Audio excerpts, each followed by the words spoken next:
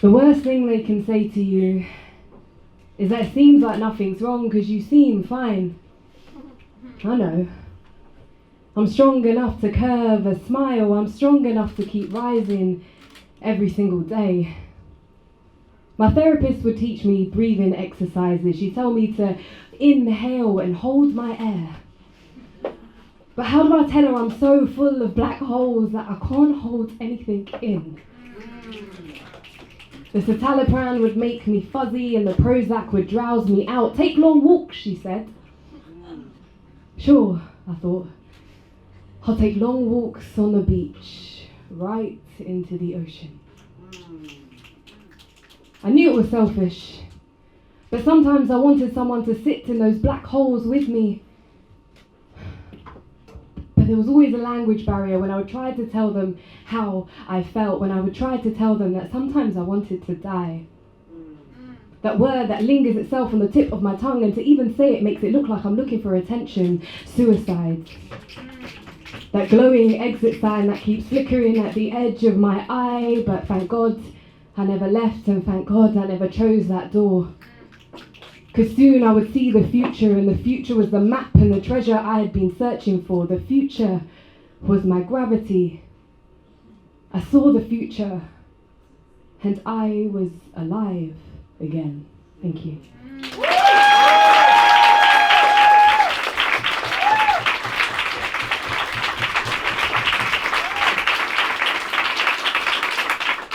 Good evening, everyone. My name is Jaspreet Kaur, but I go by the name of Behind the Netra for my poetry. This could give me a very lovely introduction. By day, I am actually a history teacher. Yes. I know what you're thinking. Your history teacher look nothing like me, innit? I got an A star if you look like me, but by day, I'm a history teacher on a mission to inspire the next generation to make this world a better place. And by night, I'm a poet trying to inspire our generation to make this world a better place. A few years ago, back in 2017, I did a TED talk called How Poetry Saved My Life. And it did exactly that. I grew up in quite a traditional Punjabi family where we did not talk about mental health. We did not talk about our emotions. We did not talk about anything to do with depression, anxiety. All the kind of slurs and lingo that I did hear related to mental health was always very negative. We're talking about how it would be a bad omen on somebody, they've got bad karma, they'd never be able to get married. And that's what I grew up hearing. So all the trauma that I faced when I was younger as a child, I was never able to express it to anybody or to tell anybody. So I just kept bottling it all in. And around the age of 18, I was contemplating committing suicide. And thank God I didn't. Instead, I turned to the pen, I turned to the page, and I'm here today.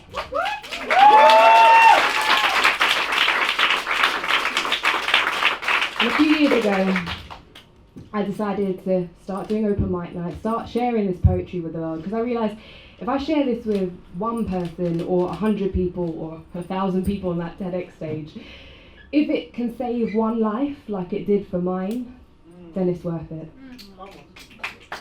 So I've been working with charities across the UK. I'm an ambassador for the Time for Change campaign. And this next poem is one that I wrote for them. It's called I Can't Call In Sad. Ain't it mad that we can call in with a cough or a fake tummy bug? But we can't call in saying I had an anxiety attack that kept me up all night. Or my depression has made me want to hurt myself for the last 3 days. Can't call into work saying that. So this is I can't call in sad. It's not like I can fake cough down the phone and say I won't be able to make it in today because I'm feeling a bit low today. Depression never worked like that. As a matter of fact, it worked in its own way, as if everything was the end of the world, chaos unfurled, no inconvenience ever seemed like a minor inconvenience, just pure deviance. It felt like the sky was falling, like my skin was crawling. Anxiety will make your world dramatic like that, like a silent film, staged underwater, all in slow motion. It's not like I can pop to the pharmacy and ask for a magic potion.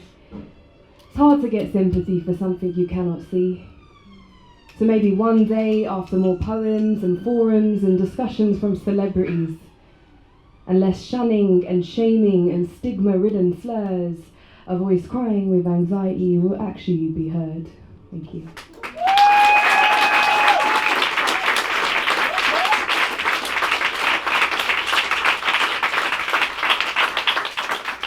My relationship with anxiety has been an interesting one. It's been a long relationship.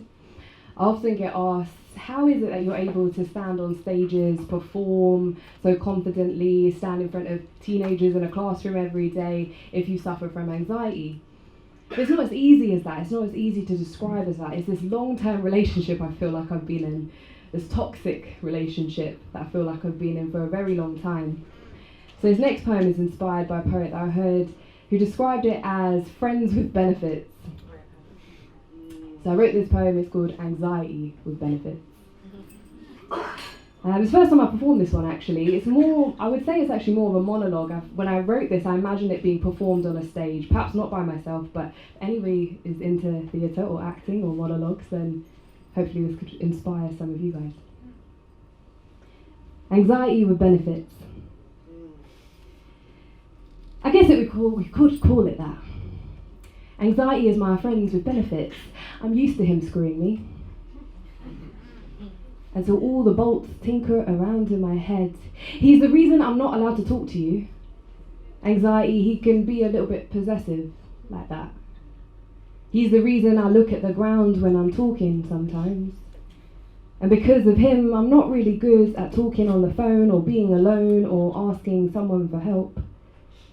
Anxiety, he constantly reminds me that no one will love me but him. So I keep our fling. He's the longest relationship I've ever been in.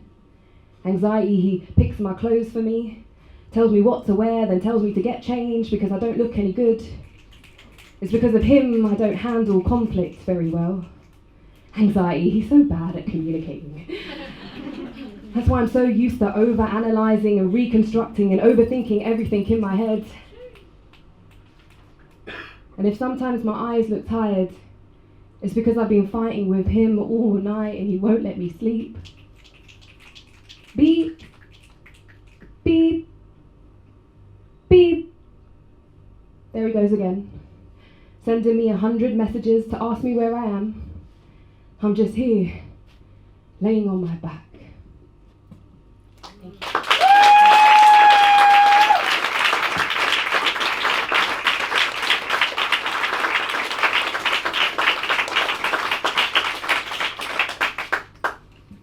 So like I said, my journey with anxiety and depression is an ongoing one.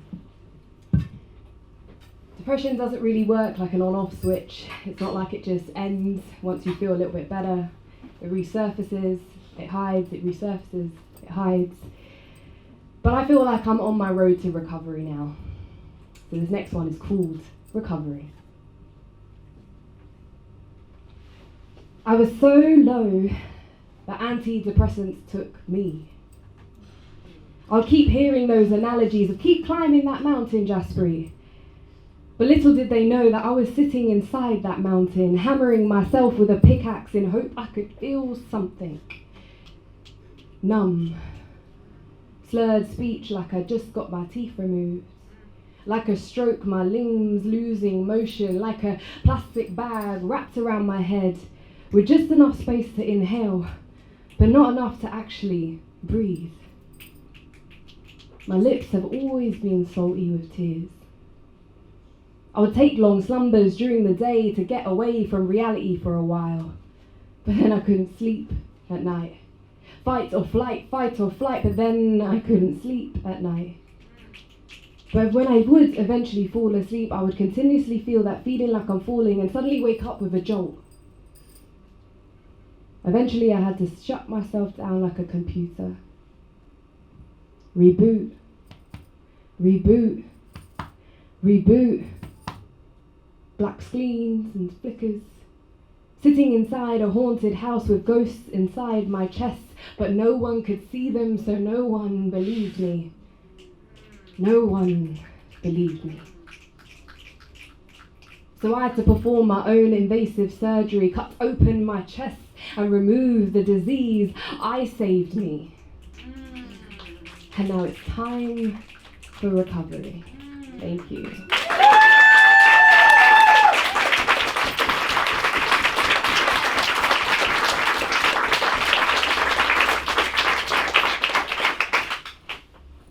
So I usually like finishing my sets on a higher note. Something with a kind of sense of hope. Growing up from my childhood into my teenage years, into my young adulthood, I never really believed in love. Didn't really believe in the institution of marriage. Didn't really believe in healthy relationships, just because I'd never experienced them myself. Then eventually someone came into my life and flipped that all upside down. So this next poem is the first poem I wrote for my man. It's called Fingertips.